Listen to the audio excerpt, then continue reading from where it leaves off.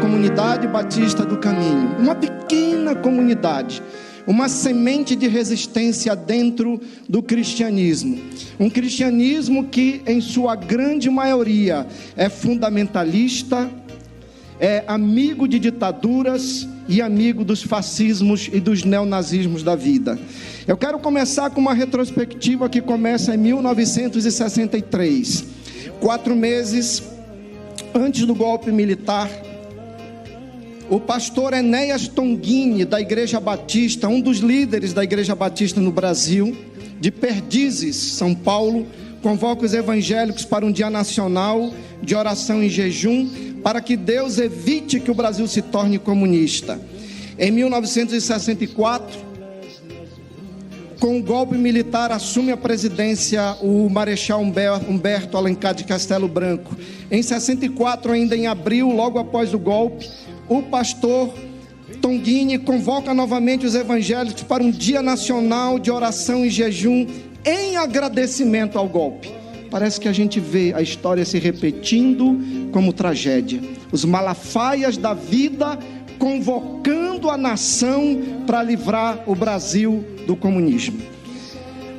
Em maio, a SEB demite a liderança jovem da entidade que fazia aproximação entre protestantes, sociedade, cultura e política no Brasil. Em 1965, eleito presidente da Igreja Presbiteriana do Brasil, o reverendo Boanerges Ribeiro promove uma depuração interna na denominação e exclui irmãos com tendências ecumênicas e considerados comunistas. Muitos seminários sofrem intervenções. Boanerges foi grão-chanceler da Universidade de Mackenzie, em São Paulo, onde um grupo de direita teve ligações estreitas com o comando de caça aos comunistas, o famigerado CCC.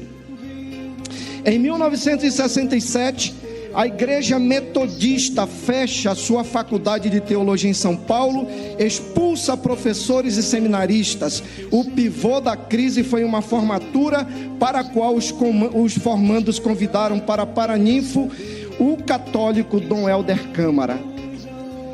E em 1967, dos 54 alunos do Seminário Presbiteriano de Campinas, 39 são expulsos ao serem denunciados por 15 colegas de turma.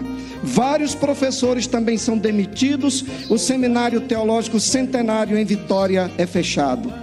A Igreja Presbiteriana do Brasil expulsa 9 alunos do seminário em Campinas. Mas eu quero colocar o ponto fora da curva.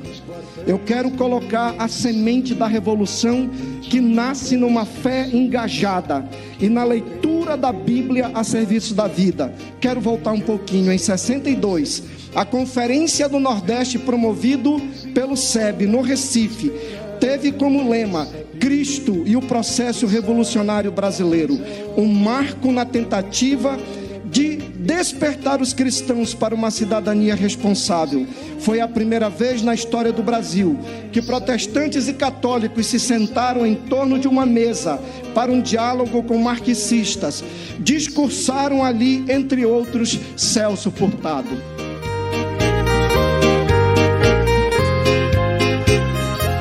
E aqui eu quero fazer a memória, então, aos evangélicos da resistência democrática dos anos 50 e 60, que também foram perseguidos, presos, torturados e mortos pela ditadura.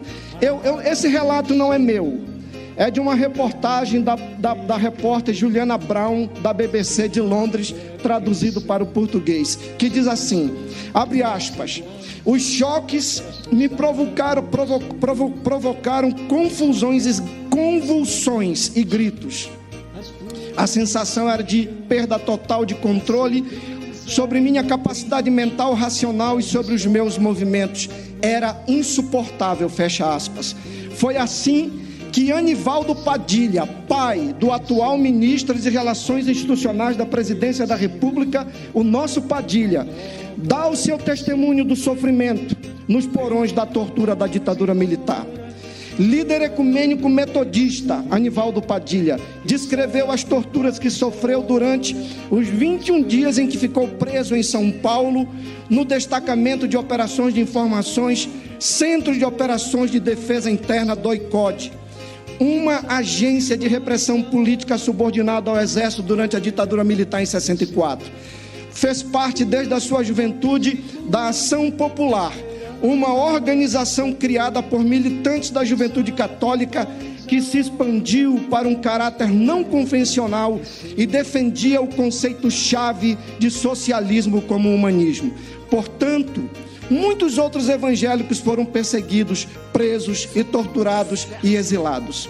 Além das suspeitas de infiltração comunista, ele entrou na mira do regime por auxiliar na proteção, Anivaldo, de perseguidos políticos que buscavam o exílio e informar ele, Anivaldo, as redes ecumênicas internacionais denunciando a ditadura sobre o que acontecia nas prisões da ditadura brasileira. Abre aspas de novo. Forçaram-me a tirar minha roupa, me colocaram na cadeira de dragão, uma cadeira revestida com folhas de metal, conectadas por um fio a um rádio militar de campanha. Contou Padilha sobre as torturas que sofreu na prisão em depoimento realizado na Procuradoria da República e Conselho Mundial de Igreja em 2011. Fui colocado nu no assento com minhas mãos e pés amarradas. Exigiram que eu desse todas as informações que eu possuía. A cada negativa, o torturador girava a manivela do telefone para aumentar a intensidade dos choques. Padilha foi solto e se exilou no Paraguai, Suíça e depois Estados Unidos, tendo retornado ao Brasil somente após a lei de anistia em 1979. Por seu tempo, só conheceu o filho Alexandre aos 8 anos, quando Alexandre Padilha tinha 8 anos. Boa parte das lideranças evangélicas se alinharam ao governo de exceção depois da tomada do poder dos anos 60. Muitos denunciados foram denunciados ao regime pelos próprios líderes das igrejas e denominações a que pertenciam e foram acusados de subversão, forçados ao exílio, torturados e em alguns casos ficaram desaparecidos. Além de perseguidos pelo regime, sofreram processos eclesiásticos e foram excluídos das suas igrejas. Concílios inteiros e unidades administrativas locais também foram dissolvidas.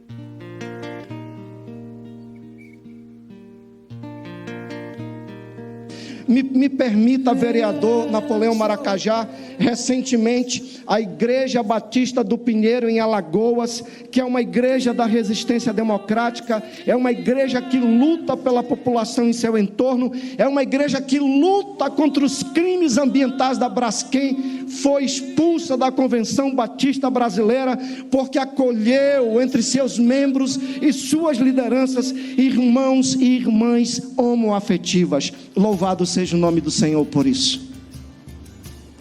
O meu testemunho é para dizer a vocês que em todos os lugares, em todos os movimentos, em todas as fileiras, professor Luciano, existe a resistência e a fé engajada. Entre as vítimas evangélicas estavam principalmente aqueles que pregavam uma renovação nas ideias tradicionais defendidas por esse segmento cristão desde o século XIX, em especial o fundamentalismo bíblico, o oportunismo e um isolamento das coisas consideradas mais mundanas, como a política. Eles também negavam a política, a ciência e a convivência solidária na sociedade. Em vez disso, essas lideranças pregavam a responsabilidade das igrejas diante das mudanças políticas e luta por justiça social. O núcleo da resistência cristã, professor Luciano, estava junto com aqueles e aquelas que estavam ali lutando contra a ditadura. 2 anos após a tomada do poder pelos militares da Igreja Presbiteriana do Brasil, vou terminar. Não demorou muito para que essas lideranças entrassem em conflito direto com os pastores e membros da comunidade que defendiam ideias opostas àquelas pregadas pelo regime militar. Deixa eu ir direto para cá para citar alguns nomes. O sangue de irmãos companheiros evangélicos, companheiras evangélicas, também foi derramado pelo regime autoritário da ditadura civil-militar de 64. E nesta sessão solene faço memória desses filhos e filhas do Brasil, que não podem ser esquecidos, além de Anivaldo Padilha. Eu cito aqui Zuínglio Dias, pastor da Igreja Presbiteriana do Brasil, também foi preso no doicode do Rio de Janeiro, onde sofreu tortura psicológica. Há relatos de registros de muitos outros religiosos evangélicos vítimas do regime, inclusive de mulheres que tinham relação próxima com a igreja. Zenaide Machado de Oliveira, jovem da Igreja Presbiteriana, foi presa por 3 anos e torturada ininterruptamente por 60 dias. Ana Maria Ramos Estevão, líder de jovens da Igreja Metodista, chegou a ser integrante da Aliança de Libertação Nacional, foi presa 3 vezes e torturada durante 15 dias. E aqui eu quero ressaltar e peço que coloquem a foto dela para a gente ver essa guerreira do povo brasileiro. Helene Guarabira, também da Igreja Metodista, foi presa, torturada e seu corpo nunca mais foi encontrado. Está entre nossos irmãos e irmãs desaparecidos da resistência. Eu termino dizendo o seguinte: o escritor Rubem Alves, que era pastor, Rubem Alves foi pastor da Igreja Presbiteriana, pastor da Igreja Presbiteriana do Brasil, também foi acusado junto com outros membros de pecados como comunismo e desprezo pela doutrina protestante nos tribunais da igreja. E o pastor presbiteriano Leonido Silveira Campos foi preso em 1969 aos 21 anos, quando era seminarista da igreja. Meus queridos, eu termino dizendo o seguinte, que fica para nós a memória, o resgate, a luta, a referência viva de quem deve ser seguido e quem deve pautar a nossa consciência, a nossa luta. Cito o último nome, o nome de João Pedro Teixeira, marido de Elizabeth Teixeira, presbiteriano, evangélico no Recife, durante aqueles anos em que ele era líder camponês e que foi assassinado por forças ligadas à ditadura. Então, como pastor evangélico, como seguidor de um homem que para mim é a encarnação de Deus no mundo, que foi torturado, crucificado, condenado pelos religiosos do templo e pelo império, eu digo: viva a democracia, viva a luta por dias melhores, viva a humanidade regenerada em Cristo, que prima por um lugar na terra para todo mundo. Novo céu e nova terra se constrói aqui. Viva o povo brasileiro, viva a democracia.